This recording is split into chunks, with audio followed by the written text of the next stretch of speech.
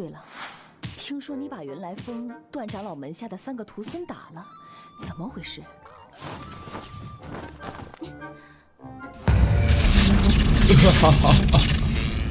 ជីវិតនៃពិភពតុក្កតាជំរាបសួរបងប្អូនពូមីនទាំងអស់គ្នាក៏ដូចជា fan របស់ Mr. Manga ជាទីមេត្រីថ្ងៃនេះដែរគឺថា Mr. Manga នាំអ្នកទាំងអស់គ្នាទៅក្នុងពិភពតុក្កតាដោយរាល់ដងរឿងកំពុងបែកគុណដែលជាភាគទី215និង216 216និង217គ្នាយើងអរគុណច្រើនមែនតើគ្នាយើងក៏តាមអាភិថ្មីជាមួយនឹងមីនទាំងអស់គ្នាប៉ុន្តែបើគ្នាយើងមិនតាន់តាមអាភិមុននោះទេអ្នកទាំងអស់គ្នាចុចសញ្ញាឧទាននៅខាងលើនេះដើម្បីទៅកាន់ភាពមុននិងមួយក៏ link នៅក្រោម description ដែលមានដាក់នៅខាងក្រោមទៅកាន់ភាពមុនដូចគ្នាហើយមានក៏ចង់សុំចិត្តអ្នកទាំងអស់គ្នាមួយជួយ subscribe និងសញ្ញា channel ថ្មីរបស់ admin មួយគឺជា channel របស់ admin ដូចគ្នាគឺជា channel Link Game របស់ admin នៅគ្នាយើងជួយ subscribe ម្នាក់មួយផងនិងជួយ comment នៅលើវីដេអូម្នាក់មួយផងអរគុណច្រើនមែនតើហើយមានក៏ចង់សុំទោសអ្នកទាំងអស់គ្នាមែនតើតែម្ដងគឺដោយសារតែរយៈនេះ admin រវល់មែនតើតែម្ដងទៅធ្វើឲ្យ admin ខកខានក្នុងការចេញវីដេអូអស់តែ2លើកទៅហើយអញ្ចឹងក្នុងអាទិត្យនេះគឺចេញបានតែមួយទេអធិស្ឋានមែនតើមានក៏សង្ឃឹមថានៅសប្តាហ៍ក្រោយមាននឹងអាចមានឱកាសធ្វើចេញវីដេអូបាន2ទៅ3ភាគ3វីដេអូនិង2ទៅ3វីដេអូហ្នឹងហើយគ្នាយើងអធិស្ឋានផងអ្នកទាំងគ្នាដោយសារតែមានការរវល់ផ្ទាល់ខ្លួនដូចជាការលក់ដូរនៅផ្សារលក់អីចឹងទៅដោយសារតែចិត្តចូលឆ្នាំអញ្ចឹងទៅមនុស្សច្រើនមែនតើមានសំទោសខ្លាំងមែនតើសំទោសតែមានចេញបានវីដេអូនៅតិចមែនតើអញ្ចឹងណាអញ្ចឹងមិនអីទេអេមីនឹងព្យាយាមធ្វើយ៉ាងណាឲ្យបានចេញតាន់ពេលវេលានិងទៀងទាត់ដោយការពីមុនវិញហ្នឹងហើយអរគុណច្រើនមែនតើក៏ជួបគ្នាជាមួយនឹងមីនជាមួយនឹងរឿងថ្មីរបស់យើងបន្តទៀតអរគុណ let's go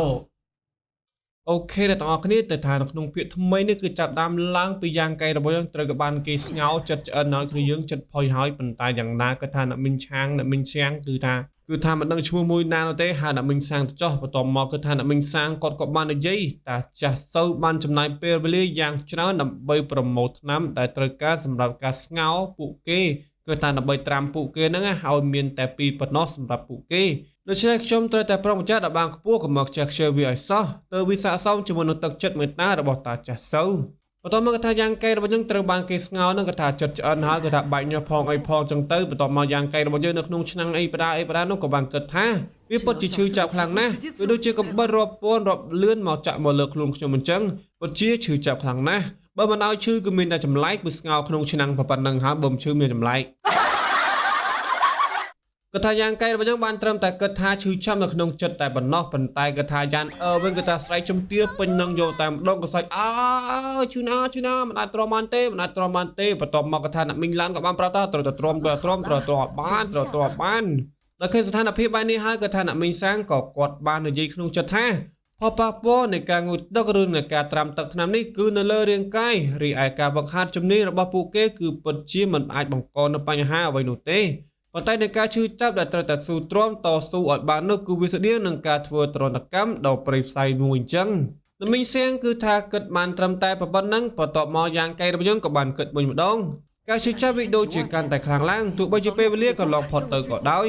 វាមិនត្រឹមតែលេចឡើងនៅខាងក្រៅរាងកាយរបស់ខ្ញុំប៉ុណ្ណោះទេនៃការឈឺចាប់នេះប៉ុន្តែវាក៏នៅមានក្នុងសរសៃជីពចររបស់ខ្ញុំរៀនចំនួន5និងសរីរាង្គចំនួន6ក៏វាកំពុងតែមានការឈឺចាប់ដូចគ្នាដែរគឺក្នុងចិត្តចាប់ហើយយ៉ាងកែរបស់យើងគឺថាបានទ្រាំស៊ូទ្រាំមែនតែនយកតែម្ដងគឺថាទ្រាំនឹងការឈឺចាប់ហ្នឹងណា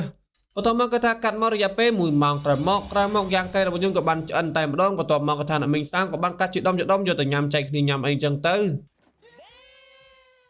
គឺថាមាននិយាយលេងនោះទេយ៉ាងកែរបស់យើងក្រោយពី1ម៉ោងក្រោយមកក៏បាននៅសភាពធម្មតាចឹងទៅរឿងអន់ឈឺយើងមុនអីចឹងណាបន្ទាប់មកគឺថាអ្នកមីងសាំងក៏បាននិយាយក្នុងចិត្តថាវាមើលទៅដូចជាតាចាស់សូវបានដឹងនឹងប៉ាន់ស្មានរួចទៅហើយពីការតស៊ូទ្រាំរបស់ពួកគេទាំងពីរបន្ទាប់មកក៏ថាអ្នកមីងសាំងក៏បានយកថ្នាំបន្ថែមទៀតបន្ទាប់មកក៏បាននិយាយទៅកាន់យ៉ាងកែនេះគឺជាថ្នាំមួយចំនួនថែមទៀតដល់យ៉ាងកែរបស់យើងគឺបានឃើញអ្នកមីងសាំងយកថ្នាំដាក់ចូលហើយនោះគឺថាយ៉ាងកែរបស់យើងក៏បាននិយាយទៅកាន់អ្នកមីងសាំងថាអ្នកមីងសាំងថ្នាំដែលនៅសល់គួរតែទុកឲ្យអ្នកនាងដងទៅវិញទៅអីលើយ៉ាងកែរបស់យើងនិយាយបែបនេះហើយគឺថាអ្នកមីងសាំងក៏បានតបទៅវិញការត្រាំទឹកថ្នាំបុរាណតាចាស់សូវបានបង្កើតឡើងនេះគឺវាមានឥទ្ធិពលខ្លាំងពេកហើយដូច្នេះវាអាចប្រើបានតែមួយដងគត់ក្នុងមួយជីវិតបើសិនបើនាងល្អិតនោះបន្ថែមលើកទី2នោះនាងប្រកាសជាមិនអាចស៊ូទ្រាំបាននោះទេ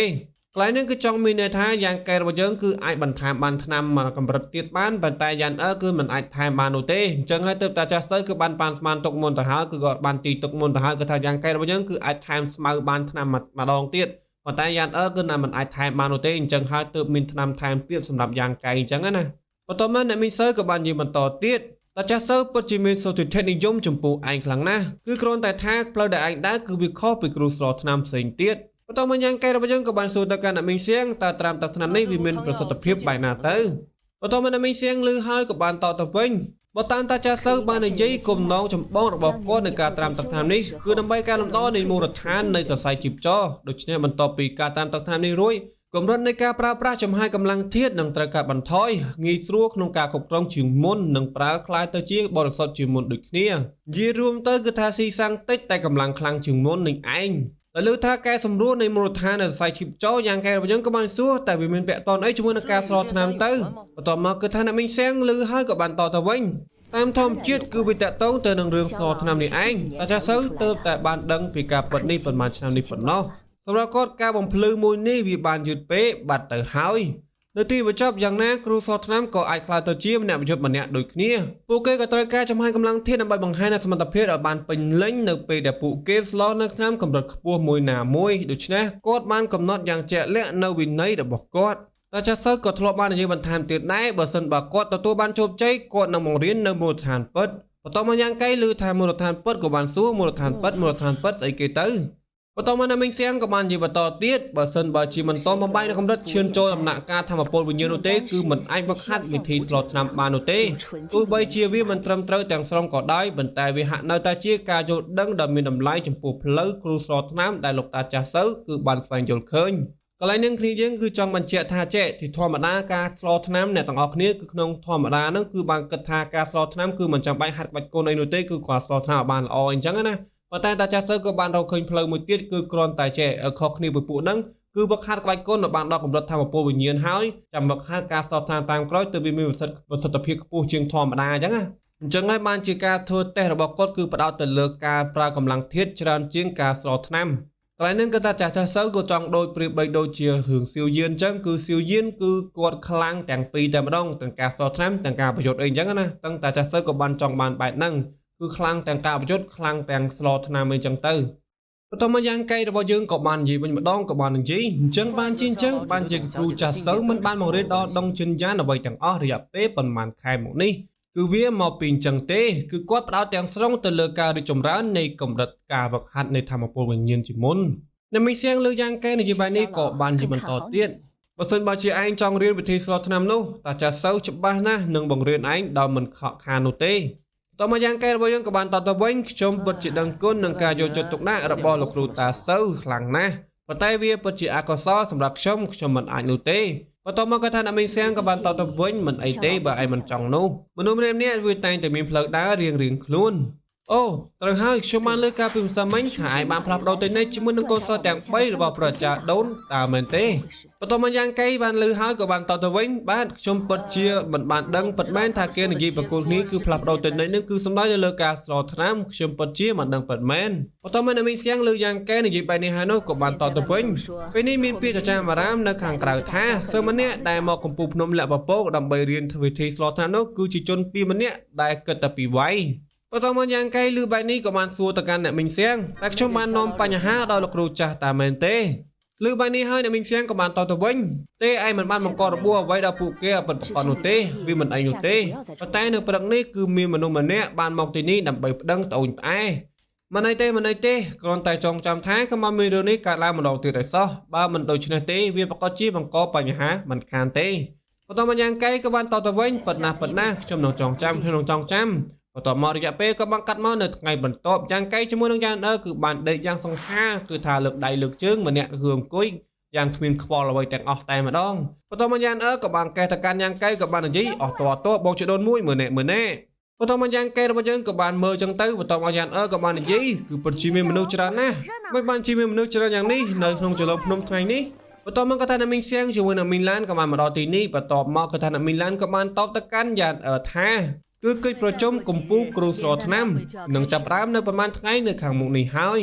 យ៉ាងកែជាមួយនឹងយ៉ាងអឺក៏បានលឺហើយក៏បាននិយាយផ្ទួងគ្នាតែម្ដងកិច្ចប្រជុំកម្ពុជាគ្រូស្រោថ្នាំបន្ទាប់មកក៏ថាអ្នកមីងសៀងក៏បានរៀបរាប់ប្រាប់អ្នកទាំងពីរឲ្យបានដឹងទោះបីជាធម្មតាចលងសាច់ថ្នាំគឺមិនអនុញ្ញាតឲ្យអ្នកខាងក្រៅចូលមកខាងក្នុងដោយក៏ដោយ ប៉ុន្តែយ៉ាងណាគឺថាចលងភ្នំសាច់ថ្នាំមិនអាចកាត់ផ្ដាច់ចេញពីពិភពលោកខាងក្រៅទាំងស្រុងបាននោះទេដូច្នេះរាល់ពេលដែលកើតប្រជុំកម្ពុជាបែបនេះកើតឡើងម្ដងគ្រូស្រោតថ្នាំនិងប្រមូលផ្ដុំគ្នាជាមួយនឹងអ្នកប្រយុទ្ធជាច្រើននឹងបានមកដល់កម្ពុជាភ្នំសាច់ថ្នាំជួបគ្នាម្ដងជាមួយនឹងប្រិយស្ដាផ្សេងគ្នាកម្ពុជាភ្នំផ្សេងគឺថានៅពេលនេះគឺមានមនុស្សជាច្រើនកោះកោអ៊ូអរពេញទៅនឹងលើកលែងតែកម្ពុជាភ្នំស្ដេចថ្នាំនិងកម្ពុជាភ្នំលាក់បពោពួកយើងប៉ុណ្ណោះបន្តមកនៅមីងឡានក៏បាននិយាយដូចគ្នាដែរត្រូវហើយកន្លែងពួកយើងគឺជាបន្ទីនៃភាពស្ងប់ស្ងាត់ជានិច្ចមិនបាច់ភ័យនោះទេបន្តមកយ៉ាងលើបែបនេះហើយក៏បាននិយាយបើសិនបើលោកគ្រូបើកទ្វារទទួលអ្នកខាងក្រៅចូលនោះប្រកាសជាអ្នកគ្រប់គ្នានឹងប្រញាប់ប្រញាល់មកទីនេះមិនខានទេវានឹងមិនប្រើពេលយូរប៉ុន្មានឡើយកម្ពុជាភ្នំផ្សេងប្រកាសជាគ្មានមនុស្សមិនខានទេបន្តមកកណ្ដាលមីងសាងគឺបានលឺហើយក៏បាននិយាយហើយនៅពេលនោះខ្ញុំប្រកាសជាជាមួយនឹងមីងឡានរបស់ពួកឯងនេះប្រកាសជាដួលសន្លប់ភ្លាមមិនខានទេគឺដោយសារតែមនុស្សវាច្រើនពេកសំបីតែមើលទៅសំបីតែទឹកតែក៏បដូរទៅជាទឹកដូចគ្នាដែរតែពួកយើងឲ្យរឿងនេះកើតឡើងដោយរបៀបណាទៅមិនអាចទេបន្តមកភ្លាមនេះគឺថាគ្រូចាស់គឺថាលោកគ្រូចាស់សៅក៏បាននិយាយវាហាក់ដូចជាកម្ពុជាភ្នំលាក់បពោរបស់ខ្ញុំមានសន្តិភាពពេញលេញតែម្ដងនៅថ្ងៃនេះបន្តមកយ៉ាងកេជាមួយនឹងយ៉ាងក៏បានគ្រប់ទៅកាន់លោកគ្រូតាសៅភ្លាមយ៉ាងក៏បាននិយាយលោកគ្រូបន្តមកយ៉ាងកេក៏បានលោកគ្រូចាស់សៅបន្តមកក៏ថាយ៉ាងក៏ថាកម្ពុជាខូចរបស់ពួកយើងនឹងបន្តមកក៏បានស្ទុះទៅកាន់ចិត្តលោកគ្រូរបស់គេបន្តមកក៏បាននិយាយលោកគ្រូតាមមានរឿងអ្វីកើតឡើងល្អនៅថ្ងៃនេះមែនទេបន្តមកក៏ថាលោកគ្រូសៅក៏បានតទៅវិញគឺមិត្តភ័ក្តិពីចម្ងាយមកលេងខ្ញុំសប្បាយចិត្តណាស់វាជារឿងធម្មតាទេបន្តមកយ៉ាងលើលោកគ្រូគេនិយាយបែបនេះហើយនោះក៏បានហាមកចក្រងតែម្ដងបន្តមកក៏បាននិយាយខ្ញុំគិតថាលោកគ្រូមិនចូលចិត្តពីអ្នកខាងក្រៅមកលេងនោះទេប៉ុន្តែថ្ងៃនេះខ្ញុំដូចជាស្មានខុសហើយបន្តមកលោកគ្រូសៅលើបែបនេះហើយក៏បានតទៅវិញវាអាស្រ័យទៅលើអ្នកដែលមកលេងអ្នកដែលមកទីនេះគ្រាន់តែមកសុំឲ្យគ្រូធ្វើអ្វីៗសម្រាប់ពួកគេនោះវាជាធម្មតាទេគ្រូមិនស្វាគមន៍ឡើយប៉ុន្តែភ្ញៀវដែលមកថ្ងៃនេះគឺមកដល់ឆាប់នេះគឺមិនដូចគ្នាទ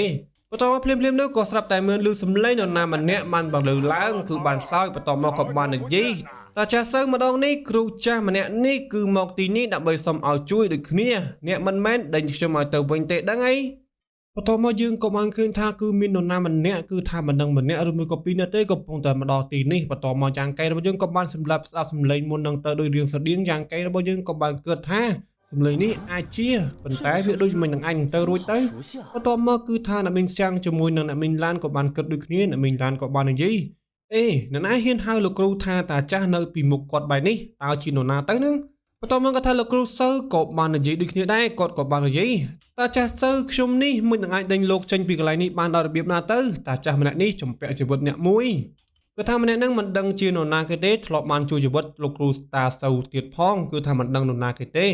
េបន្តមកជុំជាក់ភ្ញាក់គ្នាឯងគឺថាសតតែគ្នាឯងសោះតែម្ដងក៏ថាតាចាស់ម៉េងជាមួយនឹងសិស្សច្បងសៅរបស់ពួកយើងនឹងឯងគឺថាពិភពលោកនេះពិតជាមូពិតមែនតែម្ដងទៅចោះទៅឡើងមកជួបយ៉ាងកែនឹងកន្លែងនឹងដល់បានបន្តមកយ៉ាងកែរបស់យើងបន្តវាបានឃើញសិស្សច្បងសៅភ្លាមក៏ថាគាត់ស្គាល់ភ្លាមតែម្ដងប៉ុន្តែសិស្សច្បងសៅដបងមិនទាន់ស្គាល់យ៉ាងកែរបស់យើងនោះទេក៏បានឃើញយ៉ាងកែសម្លឹងមកគាត់ចឹងគាត់ក៏បានគិតថាស្អីចេះអាប៉ែនេះមួយមុខឯងរហូតមើលមែនហ្នឹងមិនហ្នឹងណាបន្ទាប់ពីបានមើលមួយស្បកហើយនោះគឺថាសិស្សច្បងសៅក៏បានដឹងថាគឺជាយ៉ាងកែរបស់យើងបន្ទាប់មកគាត់ក៏បាននិយាយគិតក្នុងចិត្តថាជប់សិនគេគឺមិនមែនទេដឹងមិនមែនទេនេះបន្ទាប់មកយ៉ាងកែរបស់យើងក៏បានញញឹមសើចអីអញ្ចឹងណាតែតាចាស់មេអត់តន់ឃើញនោះទេបន្ទាប់មកក៏ថាលោកគ្រូតាសៅក៏បាននិយាយទៅកាន់តាចាស់មេអញ្ចឹងណាក៏បាននិយាយបងប្រុសមេខានជួបគ្នាយូរពេកហើយនេះបន្ទាប់មកក៏ថាតាចាស់មេក៏បានលីបថាហៅឈ្មោះលោកគ្រូតាសៅអញ្ចឹងណាបន្ទាប់មកក៏បានកលេចឃើញយ៉ាងកែបន្ទាប់មកក៏បានខឹងមែនតែម្ដងក៏បានគឺថាខឹងមែនតែម្ដងហ្នឹងឯងឆ្ងល់ឡងអាគឹងមានតែខឹងមែនឯងឆ្ងល់លីបថាតាចាស់មេក៏បានឃើញភ្លាមក៏បានងាកទៅវិញបន្ទាប់មកក៏បានលីបថាខឹងម្នាក់ឯងអញ្ចឹងណាបន្ទាប់មកក៏ថាសិស្សច្បងសៅក៏បានចូលទៅសួរលោកគ្រូគេអញ្ចឹងណាលោកគ្រូកើតអីអញ្ចឹងទៅដល់សារតែឃើញតាចាស់មេបែបនេះនឹងក៏ថាលោកគ្រូតាសៅក៏បានសួរតាចាស់មេអញ្ចឹងណាក៏បានសួរបងប្រុសមេតាបងនេះមានរបួសអ្វីមែនហ្នឹងបន្ទាប់មកតាចាស់មេក៏បានលើកដៃថាឈប់សិនអីអញ្ចឹងណាបន្ទាប់មកក៏គាត់បាននិយាយតិចៗម្នាក់ឯងអញ្ចឹងលោកអ៊ូម្នាក់ឯងអញ្ចឹងទៅក៏បាននិយាយបងសត្រូវតែតែងតែជួបគ្នានៅលើផ្លូវដល់ទៅចង្អៀតពិតមែនហើយវិញ្ញាណអាក្រក់ក៏តាមបន្លាចតាមប្រមាញ់ប្រលឹងជានិច្ចដែរពិតជាសាំមែនតែម្ដងទៅចោះទៅឡើងមកជួបល្អិតនឹងអីណាបន្ទាប់មកតាចាស់មេងក៏បានចង្អុលទៅកាន់យ៉ាងកៃបន្ទាប់មកក៏បានស្រែកថាអាចច្រមុំតើឯងមកធ្វើអីនៅទីនេះហ្នឹងបន្ទាប់មកតាចាស់មេងបន្ទាប់ពីបានចង្អុលទៅកាន់យ៉ាងកៃហើយនោះបន្ទាប់មកគាត់ក៏បានគិតម្នាក់ឯងយើងបានដឹងថាថ្មីនេះខ្ញុំបានឃើញថាសៅនីងសៀងគឺមានអារម្មណ៍ច្របូកច្របល់ដូចជាស្ងប់ស្ងាត់មិនដឹងនោះទេ ដូច្នេះខ្ញុំក៏បាននាំនាងមកព្យាបាលនៅចលងសាច់ថ្នាំនេះហើយក៏ដើម្បីតែកិច្ចប្រជុំនៃគ្រូស្រោថ្នាំប៉ុណ្ណោះដែរប៉ុន្តែវាពិតជាសាំណាស់បែរជាមកជួបអាចច្រមុកនេះនៅទីនេះទៅវិញសាំហ្មងតាចាស់មេងអីមិនដឹងទេសិស្សច្បងសូវគាត់សងសង្កាត់នឹងមិនមែនមកពីគាត់ឈឺនោះទេគឺគាត់នឹកយ៉ាងកៃរបស់យើងនឹងឯងពេលនេះគឺថាមកដល់ចលងសាច់ថ្នាំនេះគឺលេងឈឺហើយបានជួបយ៉ាងកៃយើងនៅនឹងប៉ុន្តែយ៉ាងណាគឺថាសិស្សច្បងសូវនឹងក៏បានសម្លឹងមកគ្នាជាមួយនឹងយ៉ាងកៃសម្លឹងគ្នាទៅវិញទៅមកបន្ទាប់មកក៏ថាលោកគ្រូតាសូវបន្ទាប់ពីបានឃើញថាចាស់មេងនោះលេងអីហើយនោះគាត់ក៏បាននិយាយថាវាហាក់ដូចជាបងមិនអីនោះទេបន្ទាប់មកក៏បានសើចពេញនឹងអីអញ្ចឹងណាបន្ទាប់មកគឺថាដោយសារតែឃើញយ៉ាងកៃសំណងទៅកាន់សិស្សច្បងសូវខ្លាំងពេកនោះគឺថាប្អូនជីដូនមួយរបស់យ៉ាងកៃគឺថាយ៉ាងនោះក៏បានសុំទៅកាន់យ៉ាងកៃក៏បាននិយាយថាអេបងជប់សម្លឹងគេទៀតទៅអីតាបងមិនខ្វះគេទេអីនៅទីហ្នឹងសម្លឹងភ្លេចគ្នាទៅវិញទៅមកបែបហ្នឹងណាគឺថាបន្ទាប់ពីយ៉ាងបានសឹបយ៉ាងកៃហើយនោះគឺថាលោកគ្រូតាសូវមើលទៅឃើញយ៉ាងកៃមើលទៅដូចស្គាល់ពួកគាត់អញ្ចឹងណាស្គាល់តាចាស់មេងជាមួយនឹងសិស្សច្បងសូវអញ្ចឹងទៅក៏បានសួរថាតើឯងស្គាល់គ្នាមែនទេបន្ទាប់មកក៏ថាយ៉ាងកៃរបស់យើងគឺថាមិនបានឆ្លើយនោះទេក៏បានដើរទៅចិត្តសិស្សច្បងសូវជាមួយនឹងតាចាស់មេងក៏បាននិយាយប្រចាំមេងសិស្សច្បងបន្ទាប់មកក៏ថាសិស្សច្បងសូវគឺថាសប្បាយចិត្តមែនតែម្ដងក៏បាននិយាយថាសិស្សអូនទៅវិញបន្ទាប់មកគឺថាតាចាស់មេងក៏បានក្អកខេះអញ្ចឹងណាបន្ទាប់ពីបានក្អកខេះនោះគឺថាតាចាស់មេងក៏បាននិយាយឲ្យទៅកាន់លោកគ្រូតាសូវថាតាចាស់សូវភ្ញៀវមកលេងមកពីចម្ងាយទៅហើយតើលោកមិនចង់ឲ្យពួកខ្ញុំចូលនៅខាងក្នុងទេនៅចូលឲ្យខ្ញុំចូលនឹងក្រៅដល់ណាទៀតហើយលើបាយនេះហើយនោះក៏ថាលោកគ្រូសូវក៏បានហានទាំងពីរតាចាស់មេងជាមួយនឹងសិស្សច្បងសូវចូលទៅខាងក្នុងក៏បាននិយាយមិនអីទេអញ្ចឹងបងប្រុសមេងសូមអញ្ជើញចូលទៅក្នុងបន្ទាប់មកគឺថាសិស្សច្បងសូវជាមួយនឹងតាចាស់មេងក៏បានដើរទៅក្នុងបន្ទាប់មកគឺថាសិស្សច្បងសូវសប្បាយចិត្តមែនទែនបន្ទាប់មកក៏បានជឿដើរទៅមុខឲ្យងាកមកក្រោយមើលមុខយ៉ាងកែយើងទៀតគឺថាសប្បាយចិត្តមែនទែនតែម្ដងគឺថាសិស្សច្បងសូវមកដំបងរៀងសងប់ស្ងាត់គឺថាមកដល់ឃើញយ៉ាងកែភ្លៀងក៏បានសើចហាគឺថាគឺបាត់បេះដូងឥឡូវគេមករែងឃើញបេះដូងគេវិញហើយអញ្ចឹងគេរៀងសប្បាយចិត្តនេះជារឿងធម្មតាទេតាចាស់មេងអើយដោយសារតែឃើញសិស្សរបស់ខ្លួនគឺថានោះគឺថារៀងសប្បាយចិត្តខុសពីធម្មតានោះគឺថាតាចាស់មិញឆ្លៀតដាក់មកឃ្លាទៀតក៏បាននិយាយសិស្សជាទីស្រឡាញ់សាក់មើលអត់នេះគេពិតជាមនុស្សមានមុនស្នេហ៍ដល់ហើយគ្រប់កន្លែងដែលគេទៅគឺតែងតែមានសេចក្ដីស្អាតក្បែរជានិច្ចឯងត្រូវតែមើលឲ្យគេឲ្យបានច្បាស់នៅធាតុពិតរបស់គេដោយប្រុងប្រយ័ត្នដល់លើបែបនេះភ្លាមគឺថាយ៉ាងដោយសារតែលឺតាចាស់មិញនិយាយបែបនេះក៏បាននិយាយថានេះតាចាស់នេះរបៀបថាឆងខឹងណាប៉ុន្តែយ៉ាងណាក៏ថាអ្នកមីងសាំងគូគាត់ក៏បាននិយាយនេះគឺអញ្ចឹងទេមានរឿងបែបហ្នឹងទេជាឆ្ងល់ជាសម្លឹងមុខគ្នាតាមពិតអញ្ចឹងសោះបន្ទាប់មកគឺថាអ្នកមីងឡាននោះក៏គាត់មិនបានខ្វល់អ្វីនោះទេក៏គាត់ប្រាប់គ្នាថាតោះទៅទទួលភ្ញៀវទៅនៅចាំអីទៀតតោះបន្ទាប់មកគឺថាអ្នកមីងសាំងក៏បាននិយាយបន្តទៀតអញ្ចឹងទៅក៏បាននិយាយថាឯងមើលក្មេងៗទាំងនេះមើលគេស្វីតយ៉ាងនេះទៅហើយឯងមិនមើលទេអីបន្ទាប់មកអ្នកមីងឡានក៏បានសោចអីអញ្ចឹងទៅគឺថាយ៉ាងដោយសារតែឃើញខ្សែភ្នែកបាញ់ទៅគ្នាទៅវិញទៅមកបេះដូងហោះពេញនឹងហៅនោះគឺថាយ៉ាងក៏គាត់បានសួរទៅកាន់បងចដូនមួយគេទៅសួរទៅកាន់យ៉ាងកៃនឹងក៏បាននិយាយបងចដូនមួយតានាងគឺជានរណាបន្ទាប់មកគឺថាយ៉ាងកៃក៏បានតទៅវិញទាំងមុខក្រហមតែម្ដងក៏បាននិយាយទៅវិញនាងគឺជាសិស្សច្បងស្រីមកពីប៉ាមេឃានឹងហើយបន្ទាប់មកក៏ថាយ៉ាងក៏បានសួរបញ្ជាក់ទៅកាន់យ៉ាងកៃម្ដងទៀតក៏បានសួរថាតើនេះនាងពិតជាគ្រាន់តែជាសិស្សច្បងស្រីរបស់បងទេពិតមែនអត់មិនមែនទេដឹងអីយ៉ាងកៃលឺយ៉ាងនិយាយបែបនេះនោះគឺថាខ្លួនក៏អៀនផងអីផងមិនដឹងឆ្លងយ៉ាងម៉េចនឹងក៏បានដើរចេញពីកន្លែងហ្នឹងបន្ទាប់មកយ៉ាងក៏បានឆ្ងល់ថាចុញបងឯដើរទៅណាហ្នឹងបងឯដើរទៅណាមកវិញឲ្យឆាប់បន្ទាប់មកក៏ថាយ៉ាងបន្ទាប់ពីបានឃើញមើលទៅយ៉ាងកៃដូចជាមិនដឹងនោះគាត់ក៏បានគិតក្នុងចិត្តថានេះបងគិតថាខ្ញុំមើលមិនដឹងថាបងមានអ្វីកើតឡើងជាមួយនឹងគេតែមែនទេខ្ញុំមិនមែនជាកូនក្មេងទៀតនោះទេបន្ទាប់មកក៏ថាយ៉ាងដូចជាបានឃើញនៅកំណត់អ្វីមួយបន្ទាប់មកក៏បានសើចម្នាក់ឯងចឹងទៅបន្ទាប់មកក៏ថារូបភាពតក៏បានកាត់មកយ៉ាងកៃមកដល់ក្នុងបន្ទប់ដែលគេស្នាក់នៅបន្ទាប់មកគេក៏បានដេកគិតម្នាក់ឯងថាខ្ញុំមិនរំពឹងថាប្រចាំមេនឹងសូវនឹងសាំងគឺបានចលងក្នុងសាច់ថ្នាំនេះនោះទេព្រោះតែសិស្សច្បងស្រីពិតជាមានទេពកោសល្យពិសេសអ្នកស្លោថ្នាំវ័យក្មេងចំណងក្រោយគឺមិនអាចប្រកួតប្រជែងជាមួយនឹងនាងបាននោះទេបើសិនបើនាងចូលរួមជើងអាចស្លោថ្នាំគ្មាននរណាក្រៅពីនាងនោះឡើយបន្ទាប់មកស្រាប់តែមានលឺសំឡេងគូទ្វារអញ្ចឹងទៅយ៉ាងកែរបស់យើងក៏បានងើបទៅបើកទ្វារបន្ទាប់មកយើងក៏បានឃើញថាគឺជាសិស្សច្បងសូវរបស់ពួកយើងនឹងឯងគាត់ថាមកដល់ភ្លាមគឺថាមុខក្រហមភ្លាមតែម្ដងក៏បាននិយាយថាសិស្សប្អូនបន្ទាប់មកយ៉ាងកែរបស់យើងក៏បានហៅកូនស្រីរបស់គេចូលទៅក្នុងបន្ទប់អញ្ចឹងទៅកុំឲ្យឈរនៅក្រៅអីអញ្ចឹងណាហៅកូនស្រីគេចូលបន្ទប់ទៀតយ៉ាងកែបន្ទាប់មកក៏ថាសិស្សច្បងសូវចូលក្នុងបន្ទប់ហើយគឺមិនដឹងថាមានរឿងអ្វីកើតឡើងបន្តទៀតនោះទេក៏បានត្រូវបានមកចប់ត្រឹមតែប៉ុណ្ណឹងនឹងឯងអរគុណច្រើនមែនទែនអ្នកគ្នាយើងបើសិនចង់ដឹងថាសិស្សច្បងសូវចូលក្នុងបន្ទប់យ៉ាងកែធ្វើអីនោះមានរងចាំទស្សនានៅភាគបន្តទៀតហើយអរគុណច្រើនមែនតើគ្នាយើងអរគុណក៏សូមទោសដូចគ្នាអរគុណជំរាបលាអរគុណដល់អ្នកគ្នាសម្រាប់ចំណាយពេលដ៏មានតម្លៃតាមដានវីដេអូនេះរហូតដល់ចប់អរគុណច្រើនមែនទែនក្នុងការគាំទ្រឲ្យមានពីដើមទីមកដល់ពេលនេះដូចគ្នាខ្ញុំមានសង្ឃឹមអ្នកទាំងអស់គ្នាកុំភ្លេចចុច like និង subscribe like និង subscribe ដែលសញ្ញាកណ្ដឹងម្នាក់មួយផងដើម្បីទទួលបានវីដេអូថ្មីៗនិងជួយ subscribe នៅ channel ថ្មីរបស់ admin មួយទៀតផងដើម្បីទទួលបាននៅការលេង game កំសាន្តចំណាប់អារម្មណ៍និងការជជែកគ្នាលេងនៅការ live ជារៀងរាល់ថ្ងៃរបស់ admin ហ្នឹងហើយអរគុណច្រើនមែនទែនដល់អ្នកគ្នាសង្ឃឹមថាបានជួបគ្នានៅវីដេអូក្រោយក្នុងពេលឆាប់ៗនេះមិនអស់បន្លាយពេលទៀតទេចុះអរគុណច្រើនមែនទែនជំរាបលាដល់អ្នកទាំងអស់គ្នាអរគុណជួបគ្នានៅពេលក្រោយសំណាងល្អដល់អ្នកគ្នា